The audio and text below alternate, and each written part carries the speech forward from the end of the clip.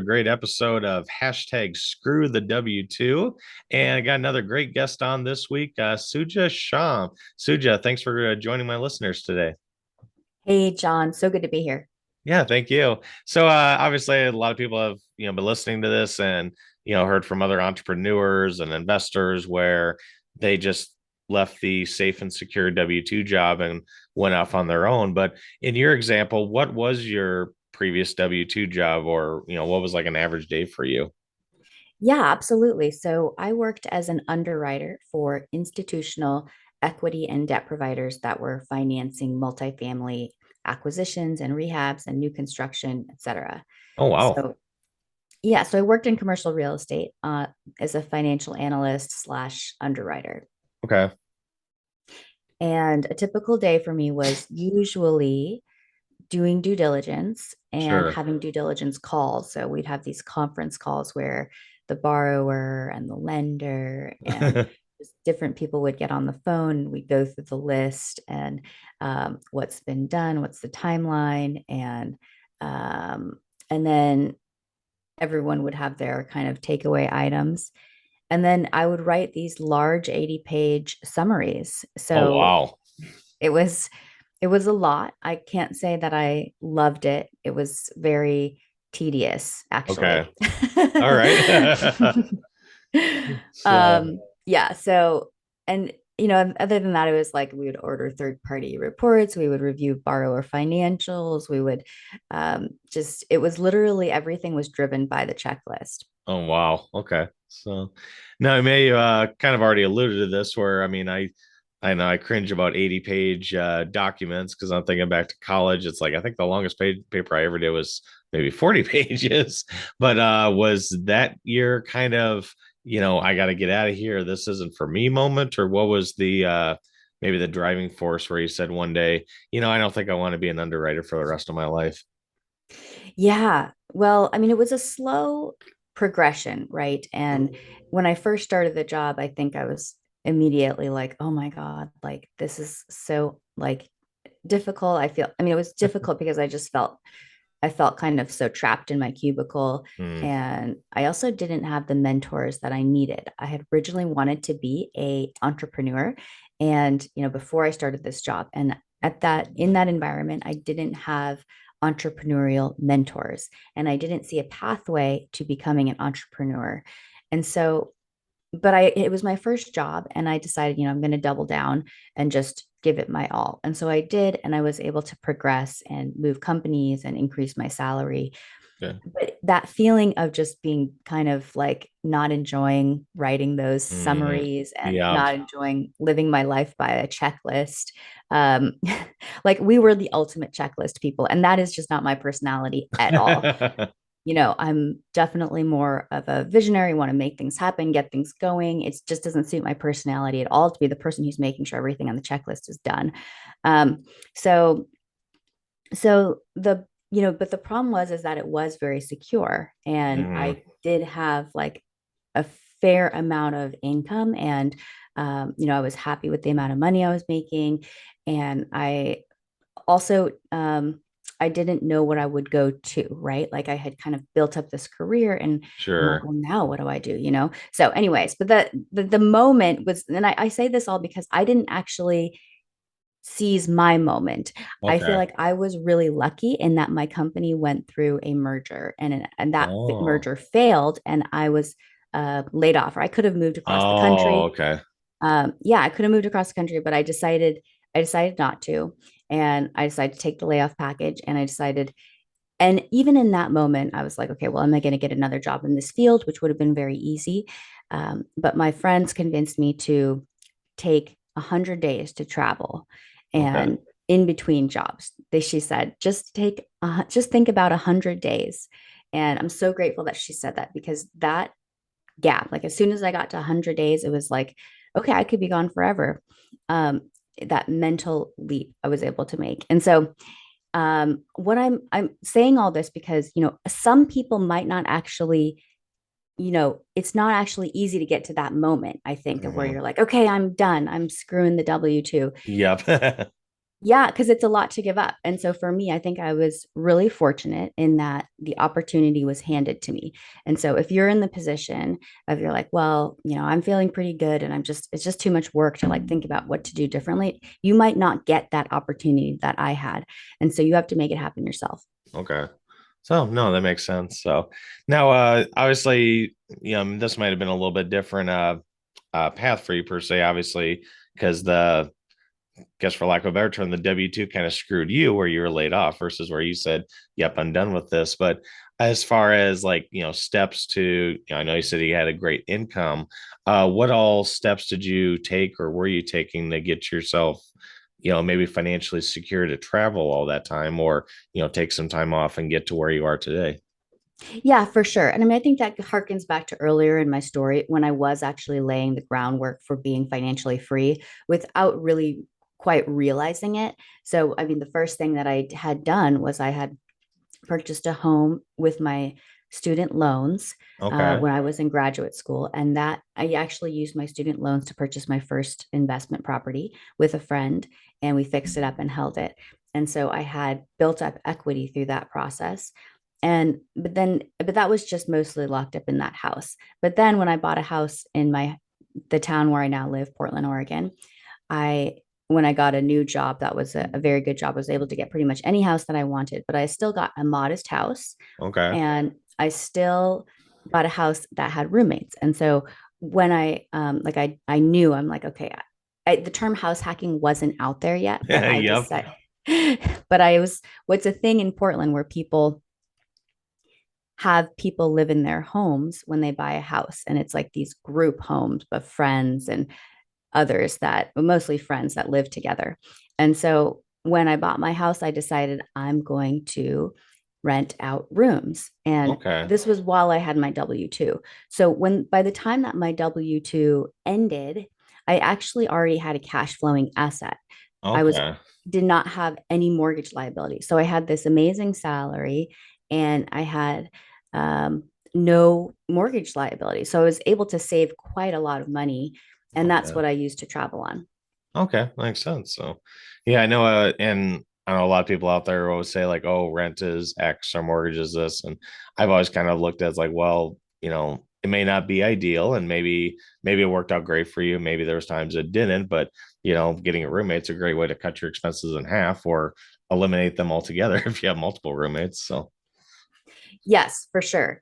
And I saw that. And so that leads into the next part of my story, I suppose, which is how I slowly built up my income. So mhm. once I got back from my travels, I was determined to be an entrepreneur because over my travels, it allowed me to get back to those roots and say, okay, I'm going to do this. I want to be an entrepreneur. I don't want to have to be accountable to anybody else about what I do with my time and what I do with my vacation days and how many vacation days I take. And Yeah. so I decided to be an entrepreneur. And I remember I Googled passive income from a hostel in Argentina. That was actually, yeah, that was actually a last straw moment for me where I was like, I need to do something because my sister had stopped actually talking to me for a bit Oh wow. because I know it was a bummer, but it was short lived, thankfully. But I had told her that I wasn't going to make it home from Argentina and go to her medical school graduation. And that was a major bummer for her. Mm, And so in that moment, I decided, I'm like, I need to have enough financial resources that I can do whatever I want. And that includes going and being there for family. And so I ended up going to the medical school graduation and coming home and just starting my entrepreneurial career. That actually ended up launching me into that. And so what I did then is I pursued pretty much every type of entrepreneurship opportunity possible, okay. which I don't necessarily recommend, but you got to start somewhere, right? And figure out what it Sure. is that you like, what it is that you're good at, what it is that you want to continue sticking with. And Yeah. there's a syndrome called shiny object syndrome. Yep. And when I first got into real estate, I 100% had that because I was not focused. And the other thing was that I had this limiting belief that I didn't have full awareness of, because limiting beliefs are often subconscious. And the Yep. limiting belief that I now can see that I had was that I was not going to ever make it in real estate. Mm, Like as a real estate developer, I just somehow I believed that. And at one point I decided, I'm like, I'm doing too many things. I need to cut something out. And I was kind of doing a little bit of real estate. And so I decided I'm going to cut out the other stuff and I'm just going to focus on real estate. And that's when I kind okay. of realized that I had this limiting belief. I'm like, why am I doing all this other stuff? Sure. And so the reason it was a limiting belief was because I actually had all this experience in real estate. I worked Hmm. for in institutional real estate. I had bought and flipped a house. I had house hacked. Like I've actually had already done a fair amount of stuff in real estate, and yet I still had this limiting belief. And so I think it's just something for the listeners to be aware of. If there's ever anything that you want to do, but you're just not doing it, just think Yep. about any limiting beliefs that you might have. Yep. No, it makes sense. And yeah, I think a lot of times our mind could be our greatest asset, but it can be our greatest liability too. If we think, nope, there's no way I can do this. No, there's no way I can leave my job or whatever the case may be. So, but Yeah, and I it's just want to harken back real quick, oh John, to sure. something like, so when, you asked in the beginning, when was your last draw moment for the W-2? And the thing is, I think I had a little bit of a difficult time answering that, because really, as soon as I started my job, I knew it wasn't for me. Like Okay. pretty much within the first 2 months, I was like, oh my God, I have to get out of here.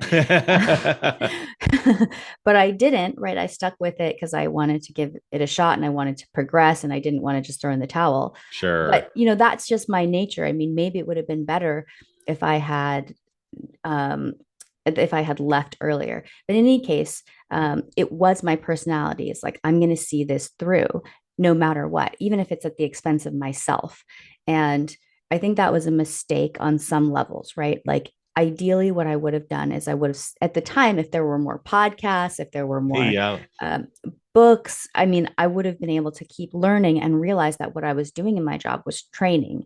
And then I could have felt more like training for actually doing deals on my own.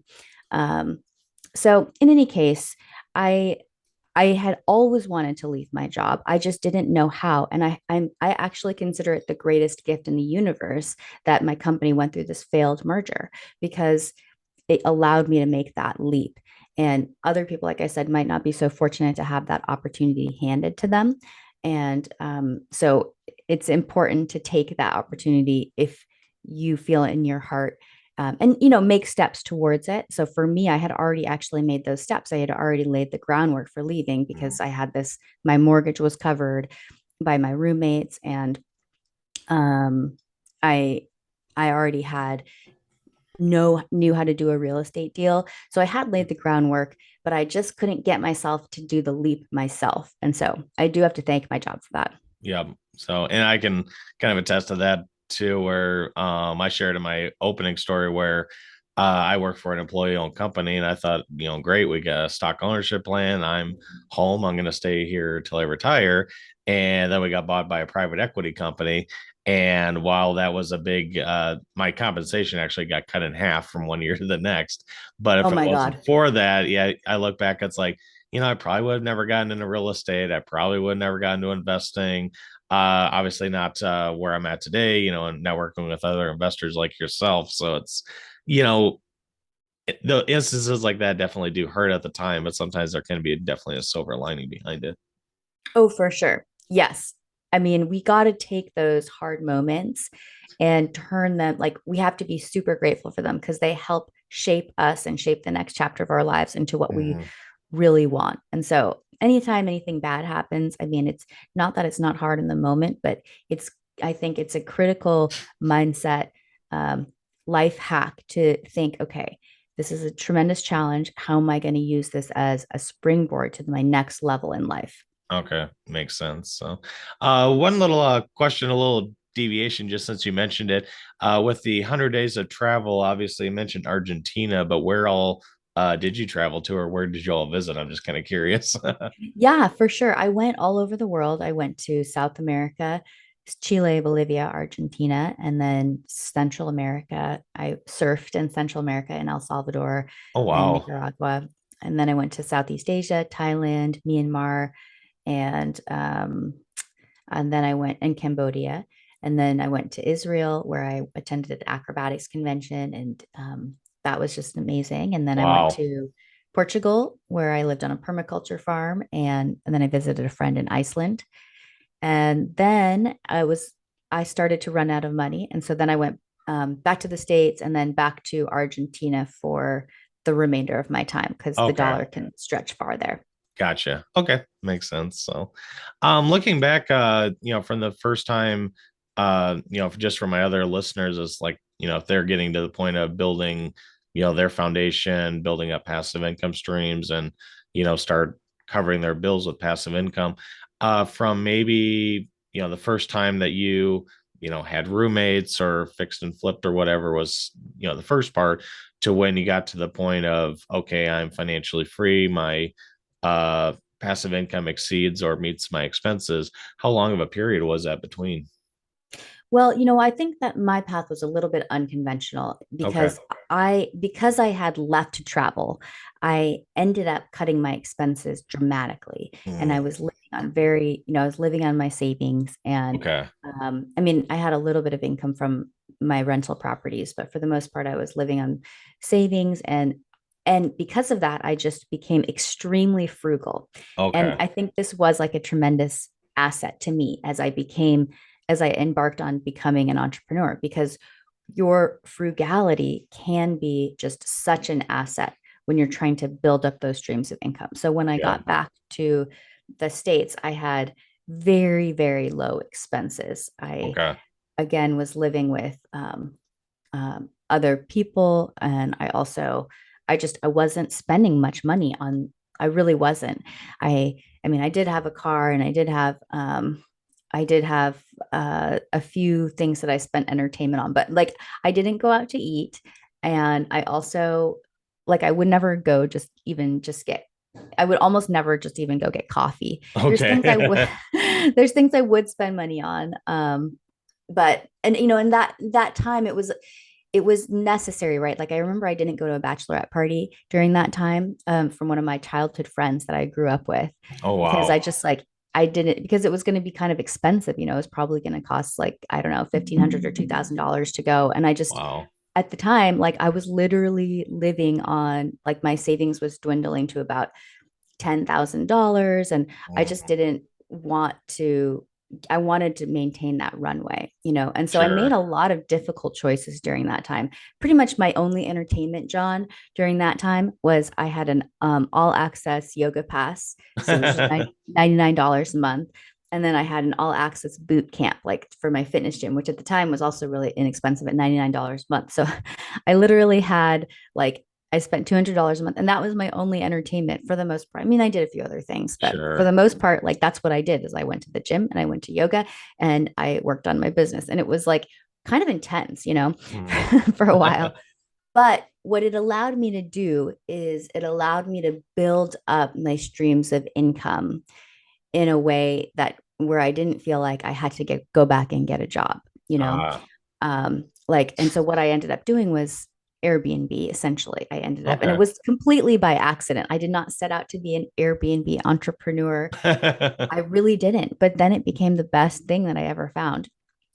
And how did that happen? So it happened because, I had this house, as we talked about, and I was living with roommates, but it was too many people. So when I came back from my travels, my manager she had found somebody who wanted to stay in the basement, and she was a chef. So she didn't really want to cook in her free time. Mm, And she just had a hot plate, and she used the bathroom, and she was kind of an introvert. Like she just wanted to stay by herself. And okay. so it was like a light bulb moment for me. I'm like, oh my gosh, my basement could be like its own apartment. And now those people don't have to come upstairs. We don't have to share space. I don't need all this space. And it was just like this light bulb moment. So then when she moved out, because she went on a road trip, my partner helped me put a kitchenette in the basement, and we did some upgrades. And mostly we put a kitchenette in there. And then I threw it on Airbnb, mostly because I hadn't yet found a long-term tenant. And so I just put it on Airbnb temporarily. Okay. And like literally, it was the ugliest Airbnb you have ever seen. It was purple and green and teal and like nothing matched. And it had an air bed. And like literally, I was like a temporary measure, but people were booking and it was getting like Wow. really good money. This was back in 2015 or 16. Okay. And so yeah, so then I realized I'm like, oh, this is kind of nice. And maybe I should, make it a little nicer and less ugly. And so I slowly started improving it and making it, I chose a color palette and like I very slowly, I would literally go to the consignment store and get stuff like one by one and start just replacing things and making it nicer just little by little. Okay. And then at one point I did like I added more windows and really did a nicer upgrade to the bathroom, but it was all very kind of low budget. And my and DIY, you can say, but it was amazing income. I mean, that to this day is still the most profitable unit that I have. Like Wow. when you consider like the money that I put in for it and the money that I get out of it. But I like that income so much that I was like, I want another one, right? And I was still living with roommates, just fewer of them. Okay. Um, and so yeah, so that one successful Airbnb unit, like at the time, I was still trying to do digital marketing consulting, which I liked, but I just, I didn't really actually end up choosing it. Okay. Um, and so the Airbnb was kind of like my side income. It was like my side hustle. But there's this idea that when does your side hustle became your main hustle? And Right. and my Airbnb slowly became my main hustle. So first I Okay. had that one stream of income from my basement apartment, and then I took my master suite and I would actually sleep at my boyfriend's house on the weekends Oh, and rent out my room on the weekends. And it was I did that for a while, but it wasn't really a long-term situation. sure. But it was like I realized I'm like, well, do I maybe that room can just be full-time Airbnb, Yeah. And so then I realized that it has a back door. And so we added a bathroom and we added a kitchenette, and now it's like a back door apartment. And so that's also an Airbnb, or sometimes it's a long-term rental. And at the same time, I was deciding I'm going to develop my garage into an Airbnb. And so that was a more expensive capital expenditure project. Sure. My parents did give me some seed capital to build that garage out, which was extremely kind of them. And then I also sold my first rental house. That also gave me some capital to build that out. And so that was a long process. So I mean, I think what I'm trying to get at here is that it was a gradual process, right? Like Sure. first it was one stream of income, then it was another, and then it was another. And the whole time I had the vision, and I was just like in my mind, I was already on the other side of that income, but Okay. I still had to take the steps to get there. And it still took a while, like it took like 3 years. Okay. Um, like because the last thing I did was I bought a fourplex, and the fourplex I purchased it specifically because it was in a commercial zone so that I could get the entitlement to turn it into a hotel. And I Oh, purchased the okay. property because it was built in 2012, and so I knew that it was going to have the ability to. Um, it didn't have too much work that needed to be done, although it did end up still costing 100 grand or so to transition it to a hotel. Sure. And it took a few years just because COVID was in the middle, et cetera. But it was a longer process than I had anticipated. But I was still cash flowing the whole time, and I was able to do all sorts of things like in the interim, make sure that it was still cash flowing, et cetera, and run the business out of it. So that's essentially how I replaced my income. Okay. Cool. So, well, And so, I want to just say one thing oh, about sure. my story, since this is all. So I did at one point go back and get a W 2. Oh, okay. And I got a W 2 because I was just getting a little bit tired of having just so little money. Uh, And then also my projects were just taking longer than I thought, And so I was like, oh my God, this is just taking forever. And sometimes I'd be like, is this, and if if my garage just got finished, then it would add like, another a huge chunk of money, and then I wouldn't need to go back to a job. sure. But I also had these challenges. Like I wanted to access the equity that had built up in my house because it was several $100,000, and I wanted to buy another piece of property. I started listening to Bigger Pockets, and they were like, think about your financial position. And I was like, well, gosh, I have an income, but I don't have the ability to get a loan or take money out of my Yeah. house.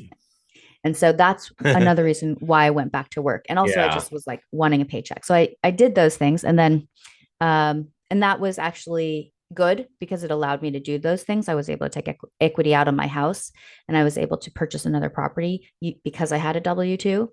But it didn't but I was unhappy, sure. and it showed, so Well, no, it makes sense. So, um, as far as like obviously the W-2 does, provide a little stability and like you said, the paycheck, and especially if you're getting loans, if you can show that paycheck, I mean, just about any bank will lend you money. If you're an entrepreneur, it's right, wrong, or indifferent, it's a lot more difficult. But for anyone out there that maybe they're in a W-2 for those reasons, or maybe they just even feel stuck, like, there's no way I can be an entrepreneur. There's no way I could leave my health insurance or whatever is maybe holding them back. What would be your advice to them? well, my advice would be to cut your expenses as much as you Okay. possibly can. Getting to that frugality point where the income that you need is so helpful. And your net income, like how much it's not how much you make, it's how much you keep. And I think Right, that can really exactly. help you get to a point where if you can start paring back your expenses, and you have to have that vision of what's to come, right? And so I think starting a side hustle, paring back your expenses, and um, you might not know exactly how it's going to work out, but staying committed to the goal. And I just had this incredibly burning desire to never go back to a job again. And I Mhm. did end up going back to a job at one point. And on some level, that felt like a failure, but it's also just part of my journey. Sure. Yep. And so sometimes we're going to have to do things that we don't want to do in order to get to where we want to get to. So you might Hmm. have to stay in your job right now to, make sure you have security for your family, et cetera. There's this idea of burning the boats, right? Like if you, or yeah, if you burn the boats, like when you get to an island, then you can't go back. And so Oh, you sure. have to like make it work. And so I think that is something that you can do. It's harder to do if you have other obligations like kids, etc. Also, Hmm. another piece of advice, like I said, is try to minimize your cost of living. Most Americans, most of what they spend is on their housing. And Yep. so if you can take a huge chunk out of that by sharing your home or Hmm. getting a duplex, um, doing Airbnb, then you can really start to lower your expenses and just brainstorming ways where you can build another stream of income. How can I Hmm. build another stream of income? And then just that has to be on your mind all the time. And you just have to be driving towards that every single day. Yeah. No, it makes sense. And yeah, I'm reminded of Damon John who always said, the power of broke. If you get to a point where, you basically don't have a choice not to succeed, you have to succeed. It's that frugality, it's that mindset that really drives you. And yeah, if you can envision what the end goal is, then, should be your driving force to get there. Exactly. So, but all right. Well, as we close out this, Suja, and for my listeners, there will actually be a part two of this. For those that are not listening to my podcast, or maybe you are listening to my podcast, The Wealth and Freedom Nexus. Part two of this will go on, drop here Wednesday, February 8th, which will be episode 69. But in closing, Suja, as we're in here in 2023, what all projects are you are into, and where can people find out about you with all your investing journeys?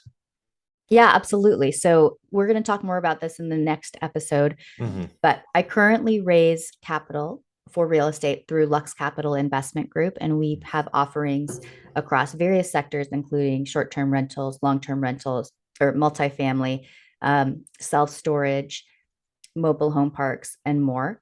Okay. And we work with different operators. So we create a portfolio of opportunities for people to invest in. And um, you can you can reach me there at my website, luxe-cap.com. And if you want to reach out to me, I'll just drop my phone number here, 650-804-8043. And feel free to send me a text if you want to talk anything about investing. I'm always happy to hear about your story and bounce ideas around. Sounds good. Well, I appreciate that. And for those listening, I'll put those links in and also tie into her YouTube channel as well. Suja, thanks for joining me and look forward to reaching back here for part two on my Wealth and Freedom Nexus podcast. Thank you so much, John. See you next time.